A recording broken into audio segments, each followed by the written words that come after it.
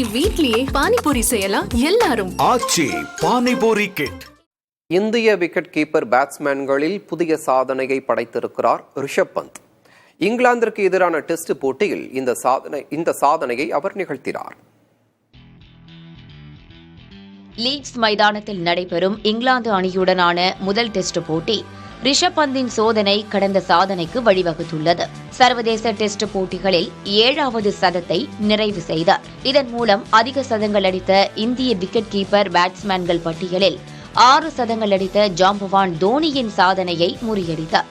சர்வதேச டெஸ்ட் போட்டியில் தமது முதல் சதத்தை டோனி அடித்ததும் இங்கிலாந்து அணிக்கு எதிராகத்தான்.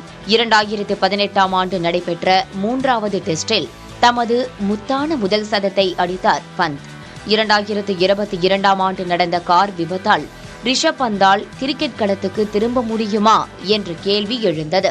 அந்த அளவுக்கு மோசமான காயங்களை கண்டிருந்தார் ரிஷப் பந்த். 15 மாதங்களுக்கு பின் கடந்த ஆண்டு IPL மூலம் கிரிக்கெட் களத்துக்கு திரும்பிய பந்த் குறிப்பிடத்தக்க ஆட்டத்தை வெளிப்படுத்தினார். ஆனாலும் சர்வதேச போட்டிகளில் அவரது பழைய பாணி அதிரடி ஆட்டத்தை காண முடியுமா என சந்தேகம் இருந்து வந்தது. அது தொடரும் என்பது போல் சிக்சர்களும் பவுண்டரிகளுமாக விளாசி புதிய சாதனை படைத்திருக்கிறார் பந்த். இனி வீட்லயே பானிபூரி செய்யலாம் எல்லாரும். ஆச்சி பானிபூரி கிட்.